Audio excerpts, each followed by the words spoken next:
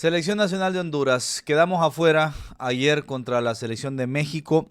México nos ganó bien. México creo que fue merecido ganador del partido. Y Honduras tiene muchas conclusiones para sacar a partir de lo que ha sucedido en esta Copa Oro. Hay algunas buenas, hay otras malas. Hay algunas que tienen solución, otras que no tienen tanta solución. Hay cosas que ni modo, hay que entenderlas, hay que aceptarlas. Y vamos a hablar de ello. Vamos a hablar de las que podemos resolver, de las que no. Jugadores, Reinaldo Rueda, qué podemos esperar de cara al futuro y cómo podemos esperar llegar a la eliminatoria partiendo de esto, lo bueno y lo malo que nos dejó la Copa Oro.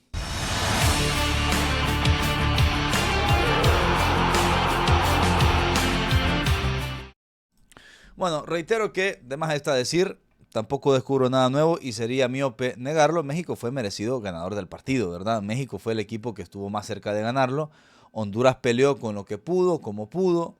Honduras trató de entuercar el partido, de friccionarlo, de cerrarle a México los espacios y hasta cierto punto lo logró. Pero hay otro punto en el que México se impone porque tiene más calidad. Aunque yo sigo sosteniendo que esta México tampoco es que tiene muchísima calidad como en otros tiempos. Esta es una México buena, que ahí va construyéndose de a poco con un Vasco Aguirre, que es un entrenador también más de corte conservador. Y México tiene un Edson Álvarez, tiene a los dos Jiménez y tiene al muchachito Mora, que definitivamente tiene futuro.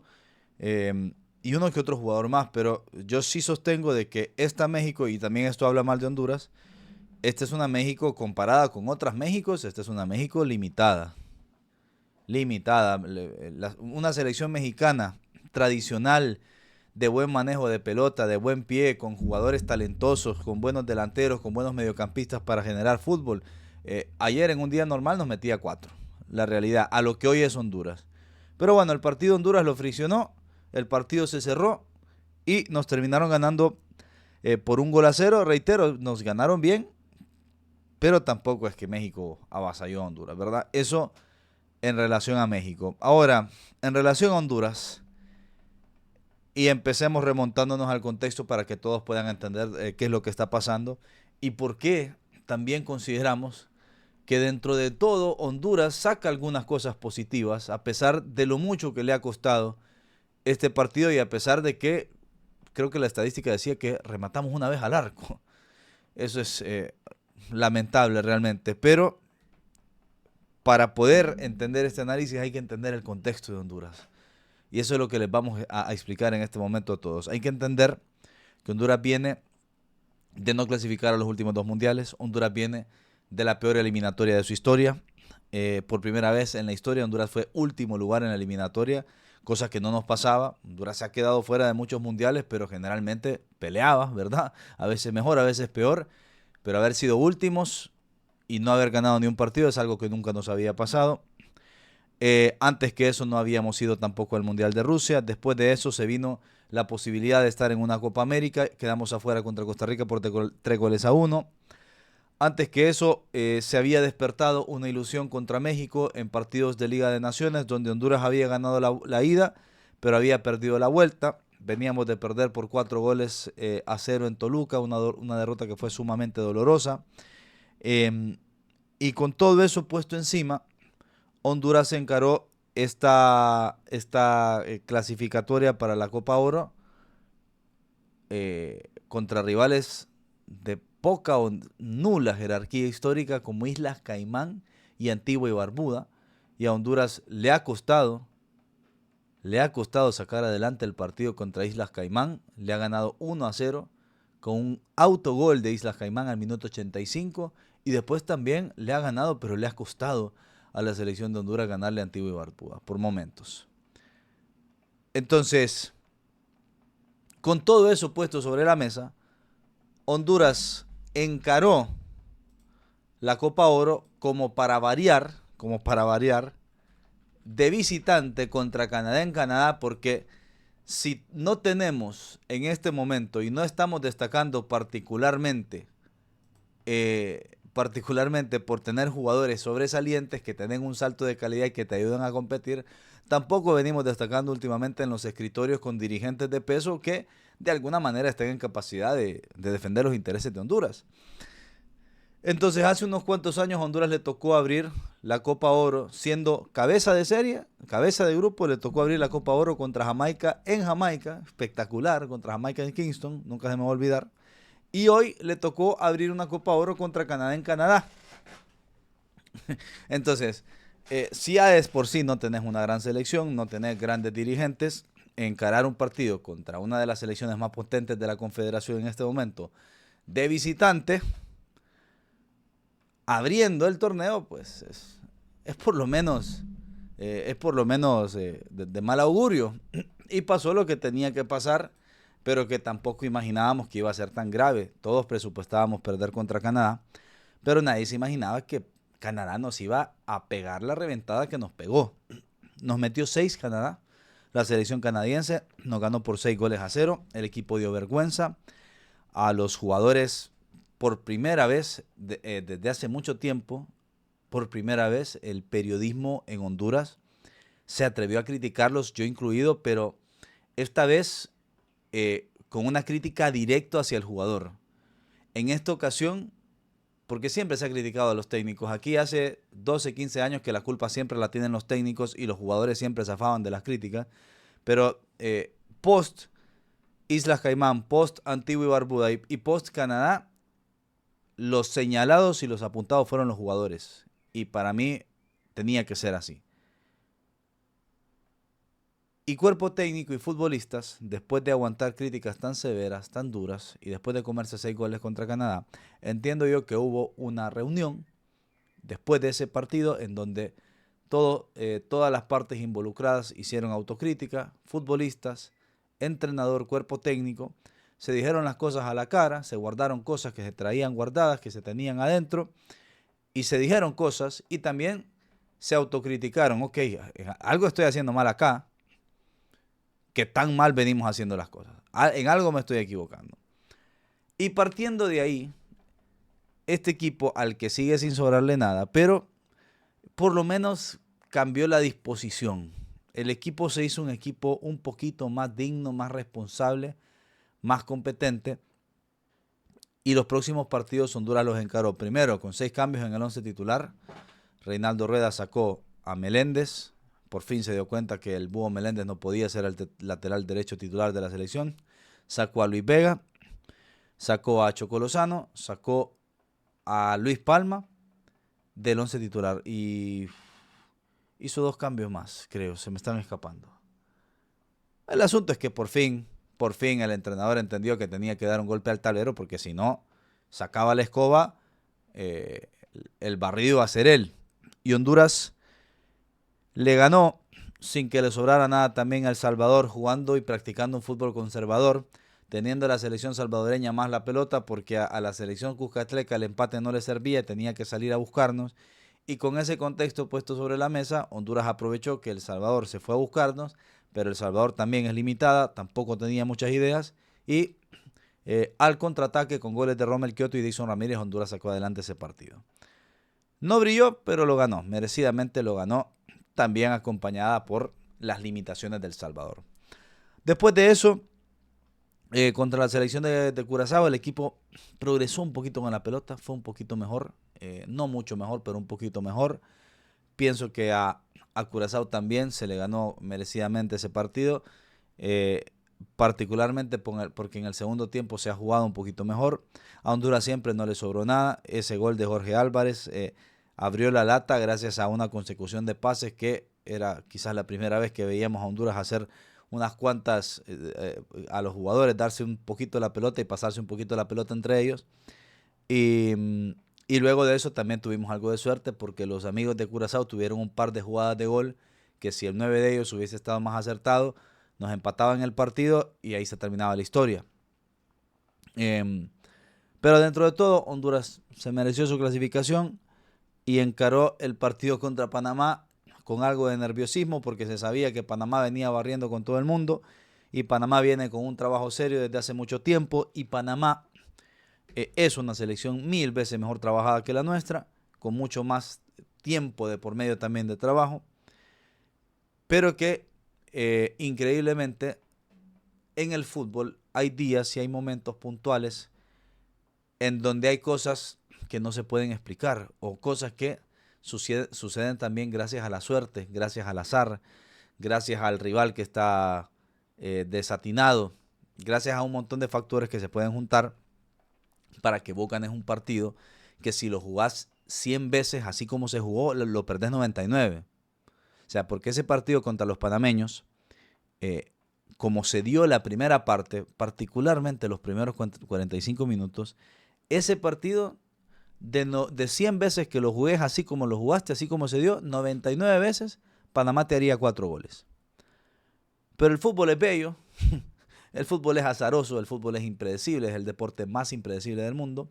Y resulta que Edric Mengíbar tuvo una noche como nunca en su vida había tenido.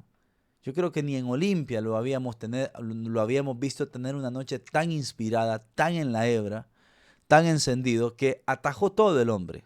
Atajó absolutamente todo. Y a partir de eso, Honduras se pudo sostener viva en el partido. Y en el segundo tiempo Honduras jugó 20 buenos minutos. Con esos buenos 20 minutos, con Rueda haciendo todos los cambios, Honduras empata el partido en una pelota parada y lo terminamos ganando en penales. ¿Qué es lo que se destacó de Honduras en ese partido? Esos 20 minutos y que el equipo no recibió gol. Un equipo que era un flan. Pese a todo, pese a que nos llegaron, pese a un montón de cosas, analizando El Salvador, Curazao y Panamá, se reconocía que habíamos progresado en defensa. La defensa, que es el departamento más endeble de Honduras en los últimos años y lo sigue siendo, la defensa no era brillante, no era espectacular, pero había encontrado un nivel de decencia. Lo vamos a dejar ahí. Entrando Julián Martínez, entrando Santa María Crisanto, que ya le vamos a agradecer a Dios por él en este video un poquito más adelante. Honduras había encontrado un poquito de competitividad. Definitivamente había cambiado la actitud, la disposición, porque puede ser malo, puede ser limitado, pero puedes tratar de compensar con otras cosas. Y partiendo de eso, Honduras terminó empatando el partido y lo ganó en penales, increíblemente, y se clasificó a semifinales contra México. ¿Qué es lo que pasa contra México? Que yo no creo que Honduras no haya querido jugar. Esto es lo que me pone también triste. No es que Honduras no haya querido, es que no pudo. O sea, se ve que los jugadores intentaron, que cuando la pelota llegaba a los pies de nuestros futbolistas, ellos intentaban hacer algo. Intentaban progresar con la pelota, intentaban dar 3 pases seguidos, intentaban llegar a campo contrario y construir jugadas de gol. Pero eso no pasó. Eso no sucedió. Y en el fútbol no es solamente de querer, a veces es poder y a veces es el rival que tenés enfrente que no te deja, ¿verdad? Y fueron un par de chispazos, alguna corrida de Dixon Ramírez, alguna pelota que recuperó el Choco ahí cerca del área, pero no mucho más. Honduras aguantó bien en el primer tiempo, hay que decirlo. Honduras defensivamente contra una selección que históricamente es la mejor de CONCACAF, aguantó con la portería en cero hasta que vino este muchachito Mora, que qué buen jugador es, qué personalidad tiene una cara de niño. Cuando cantaba el himno y vos lo mirabas cantar el himno, vos decías, bueno, pusieron a un niño, agarraron a un niño a saber de dónde lo sacaron y lo pusieron a jugar con futbolistas adultos. Pero ese niño cuando agarraba la pelota, loco, qué buen jugador, qué criterio, qué personalidad. Nuestros jugadores lo quisieron ablandar a punta de pataditas, a punta de roce, pero hay que decir que el niño respondió con fútbol y le puso una magistral asistencia a Raúl Jiménez para el gol de los mexicanos. Y México, con ese solitario gol, nos ganó el partido, reitero, merecidamente, y con este muchachito Mora que habrá que echarle el ojo a partir de hoy, porque la personalidad que muestra con la pelota, cuando la tiene, a veces se puede equivocar, ¿verdad? Como todos, pero la personalidad que mostraba cada vez que agarraba la pelota y la madurez y el criterio y el talento no son normales en un niño de 16 años. Hay que echarle el ojo porque es más temprano que tarde que quizás y ojalá lo podamos empezar a ver en Europa. Y por ahí este niño sea el next big thing, la próxima gran cosa que tenga México en los próximos años. Pero en fin, nos ganaron el partido. Reitero, Honduras lo intentó, quemó todas las naves. Para mí Rueda se equivoca, se tardó demasiado en meter a Edwin Rodríguez, que es el futbolista más creativo de Honduras. Me hubiera gustado que algunos cambios llegaran antes. No sé si eso resolvía el partido, no lo sé. Pero sí sé que cuando ya estamos allá por el minuto 70, 75, a esas alturas da lo mismo perder 1-0 que 2-0. Entonces, a esas alturas, ya meter a Edwin al 85, 88 ya no tiene, ya habías perdido mucho tiempo. Eso no me gustó.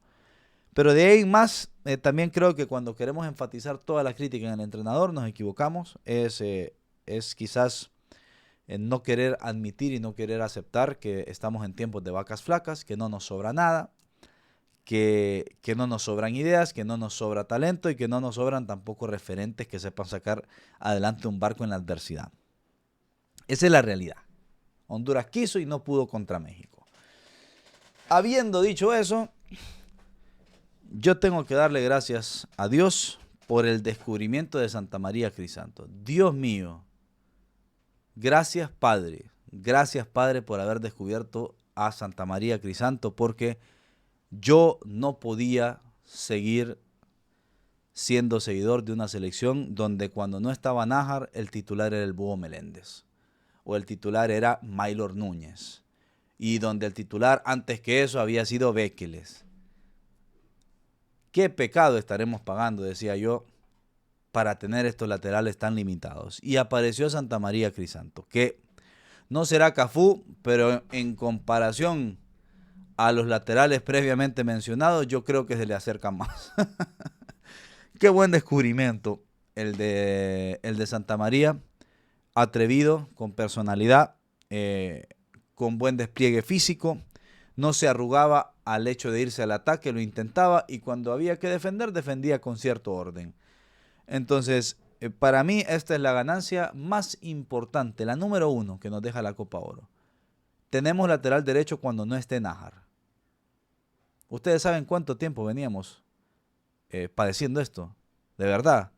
La última eliminatoria no teníamos lateral derecho. Y cuando no estaba Nájar era improvisar. Antes que eso, estaba Béqueles, que, bueno, ahí lo dejo. Antes que eso, en la eliminatoria de Sudáfrica tuvimos un buen lateral que fue Savión. Pero de Savión para acá, el fútbol hondureño no tuvo laterales derechos a la altura. De Savión para acá, miren cuántos años pasaron. Y Nájar cuando estaba, pero como casi todo el tiempo vivía lesionado, ahí tocaba sufrir. Entonces, gracias a Dios por este Santa María Crisanto, porque ahora, si un día Nájar no está, vas a tener un suplente decente con quien sobrellevar y sacar adelante los partidos difíciles. El otro gran descubrimiento es Dixon Ramírez, en una posición donde hay un poquito más de competencia, pero es bueno tener esa alternativa, es bueno que haya jugado, que no le haya pesado la camiseta, que haya debutado con gol contra El Salvador, que haya sido de lo más destacable de Honduras contra México, de lo más rescatable. Es rescatable que el grupo se unió. Si las críticas y las puteadas que recibieron sirvieron para que después de mucho tiempo jalaran todos para el mismo lado, pues sea bienvenida y sean bienvenidos los 6 goles que nos atoramos contra Canadá. Si esa goleada contra Canadá sirvió para que el cuerpo técnico también diera el golpe sobre el tablero que dio y sacara a varios jugadores que no venían rindiendo, que venían dando pena, que se arrastraban en la cancha, para poner a otros, bienvenido sea los 6 goles de Canadá. Porque sirvió para consolidar una línea de 4 que, me repito, no es brillante, pero es decente. Para consolidar una línea de 4 que es fundamental. En la eliminatoria es fundamental. No puedes tener una defensa que sea un desastre y que no sepas quiénes son los titulares y los suplentes porque no vas al Mundial. Entonces ya se encontró la defensa. Regularcita, puede ser, pero se encontró la defensa. Regularcita, pero antes era malísima, ¿verdad? Entonces de malísima a regularcita yo prefiero regularcita. Y hace falta un delantero goleador que no existe y que no creo que vaya a aparecer, salvo un milagro. Estamos a un mes y medio de la eliminatoria. El 9 goleador de Honduras no va a aparecer porque quizás no existe. Va a haber que hacerse de la idea de que los goles serán responsabilidad repartida, que un día los hará Kioto, que otro día los hará Palma, que algún día, creo yo, algún día los va a hacer el Choco, que los puede hacer Dixon, que los puede hacer Arboleda, que los pueden hacer los mediocampistas, algún tiro de larga distancia de Edwin, de Edwin Rodríguez, de Arriaga, de Jorge Álvarez, qué sé yo. Y va a haber que hacerse de esa idea. No hay goleadores en Honduras, no hay un 9 que garantice goles. Y el Choco, por muchas críticas que le quieran hacer al Choco, que yo también se las hago, el Choco está por esa razón, porque no hay alguien que amarre el puesto y diga, miren, ve, a este no lo volvemos a extrañar.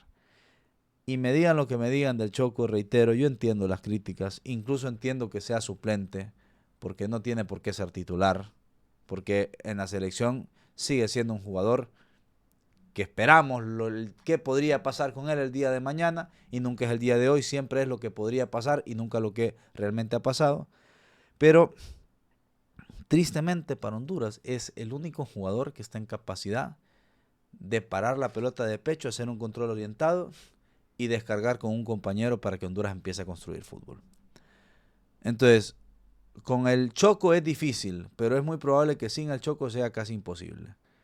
Porque cuando el Choco para la pelota de pecho, control orientado y se da vuelta con la pelota, ahí tenés la oportunidad que no meta el gol él, porque ya sabemos que él no mete goles, pero que lo meta el que está cerca, que lo meta un Kioto, que lo meta un Palma.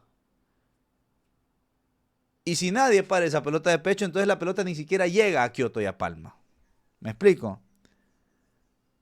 Y eso que él hizo ayer tuvo una jugada que la hizo muy bien, eso no lo puede hacer ni Bengoechea, ni Arboleda, ni Rubilio, ni Eddie Hernández, ni ninguno de los 9 de Honduras. El único que lo puede hacer, tristemente, es el Choco. O sea, si hubiera alguien que pudiera hacerlo y también meter goles, les aseguro que Lozano estaría en la banca desde hace tiempo en la selección y que hasta entraría poco de cambio. Pero esto es lo que es. Y también hay, para la eliminatoria, reitero, lo positivo es que Honduras encontró estabilidad emocional, de que el autoestima para encarar la eliminatoria creo que ha sido restaurado. Creo que no nos sobra nada. Creo que tenemos dificultades serias para construir juego colectivo.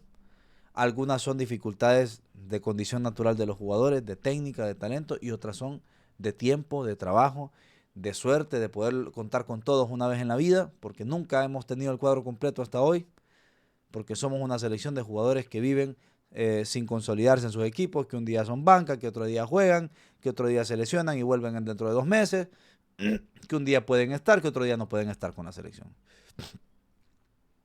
Eso es Honduras. Pero con todo eso, a la eliminatoria, habiendo llegado a semis, habiéndole hecho un buen partido a México, buen partido entre comillas, ¿verdad? Un partido decente, mejor que comerte 6 contra Canadá. Habiéndole hecho 20 buenos minutos a Panamá, el equipo sigue siendo un equipo limitadísimo, sigue siendo un equipo al que le falta muchísimo fútbol, pero por lo menos vamos a ser un equipo metedor, luchador, cosa que se había perdido, y que llega a la eliminatoria con la autoestima restaurada, con el estado de ánimo restaurado.